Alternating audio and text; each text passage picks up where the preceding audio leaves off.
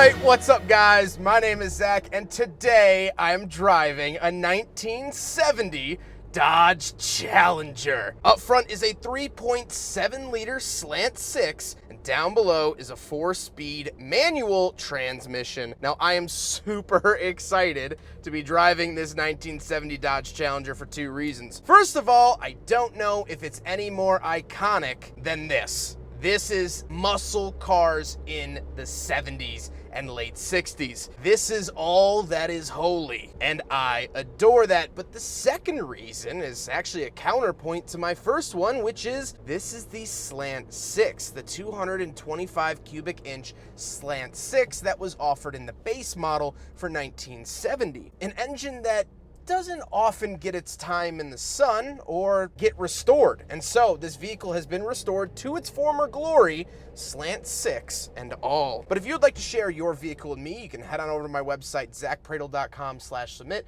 It's a quick and easy submission form, takes under a minute to fill out, and I come out to you. But let's get back to that Slant 6 under the hood. Well, like I mentioned, it is the base model. This is what's known as a stripper car. Not in the Amsterdam meaning of the word, but in the fact that this has been stripped of pretty much any creature comfort. No power steering, no radio, no interesting wheels, and so the engine really reflects that. This engine was made from the mid-60s all the way up through the 80s, and let me tell you something. It's actually quite a wonderful engine. It's nice and quiet, it's smooth, and for me to have fun, it does the job. Of course, this isn't the big block Hemi that all of your dad's magazines would show on the cover. But that's not to say that this is a bad engine. And I love that this is an original engine to this car.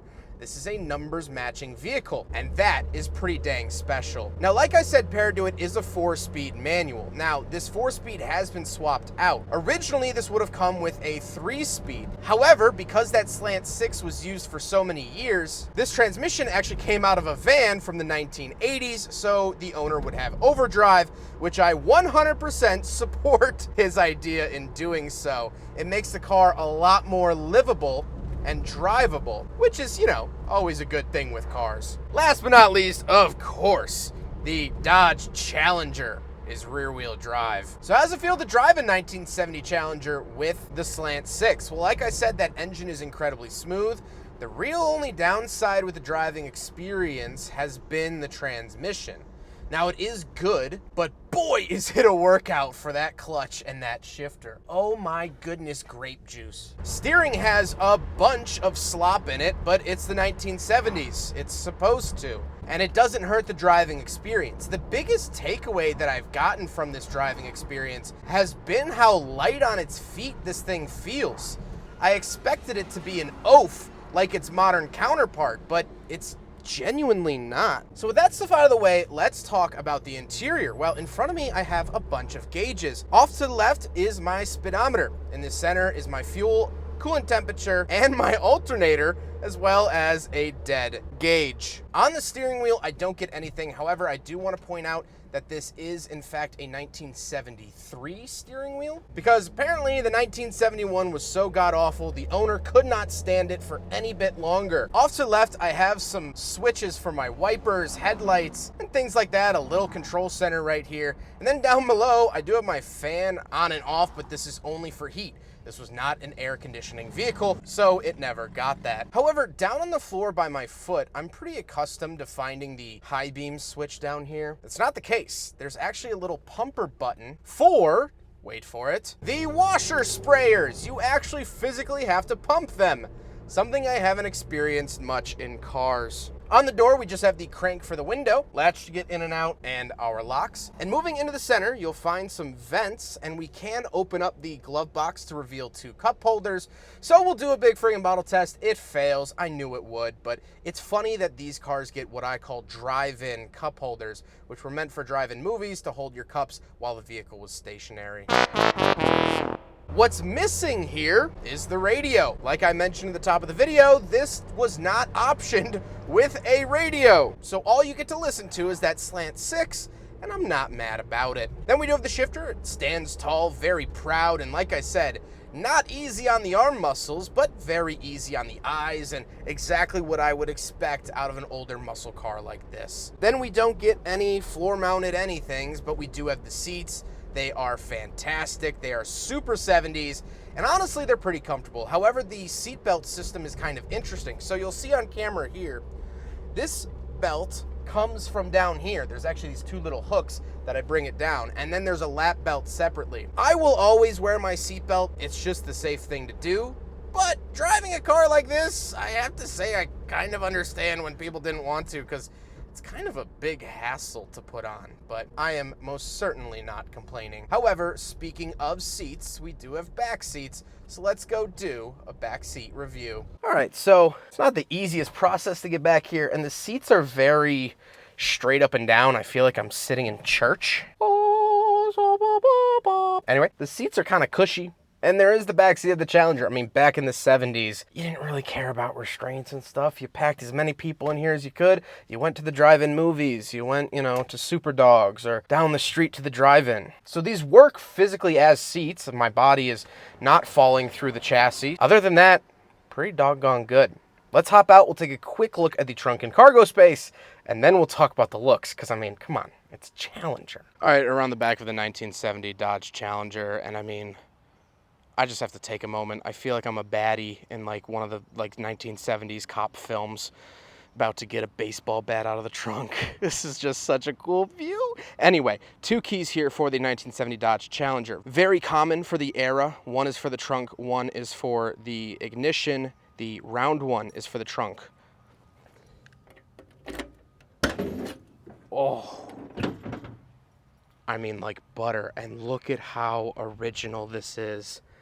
Even with the floor liner. I love this in older cars, this sort of rubberized mat, this spare tire. I mean, no rust. No rust. Look at that. This is such a cherry of an automobile. Interestingly, these are the backs of the taillights. Kind of cool there, but here it is. Here's the jacking instructions for a 1970 Challenger. I mean, I feel like I'm in a museum right now, but I'm not. I'm in middle of nowhere, Indiana. Beautiful. Now we got to talk about the looks, and this is finished in Go Mango Orange, which is fantastic. There was also a Hemi Orange, which was a little bit darker, but this is Go Mango, and it fits this vehicle so flippin' properly. I love it, love it, love it with my entire heart. It is such a good looking car and good looking color. The lines, the angriness. This is the muscle car. This is it. And until I drive a late 60s Dodge Charger, it's gonna remain that way. This is my favorite muscle car to look at. And you know what? So far, the story's been the same with the driving experience. And so let's get on to my final thoughts. What do I think driving a 1970 Dodge Challenger with the Slant 6 finished in Go Mango? Well, I mean, what's not to love? Does it handle like a modern sports car? No, but that's kind of missing the point if that's all you want to talk about. It drives like a sled. Your steering inputs are more of a suggestion than a command. And if you're looking to get pampered, start to look elsewhere. But I love that. That's the whole point of this thing. You're supposed to be a little uncomfortable. You're supposed to be a little angry. You're supposed to have to work for it. Life doesn't just give you what you want, you have to earn it. And driving this Challenger makes you earn your stripes, whether you want to or don't. And that's the beauty of it. Because driving this car, I feel a sense of pride. I feel a sense of accomplishment because I got it to do what I wanted it to do, even though it didn't want to do what I wanted it to do. And that is beautiful beyond words. And then I just love the fact that it has the honest Slant 6.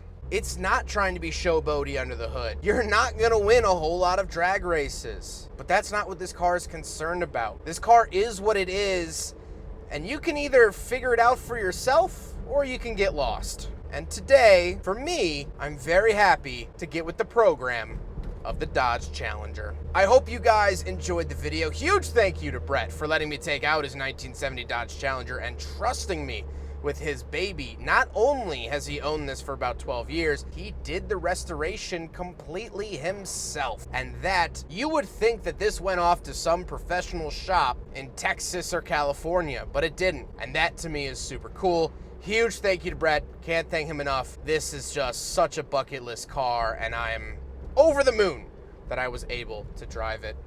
But I hope you guys enjoyed the video. Don't forget to rate the video, comment on the video, subscribe if you really liked it. I can finally put the window down. It is scorching here today, and no AC. Not my favorite. Take care, guys.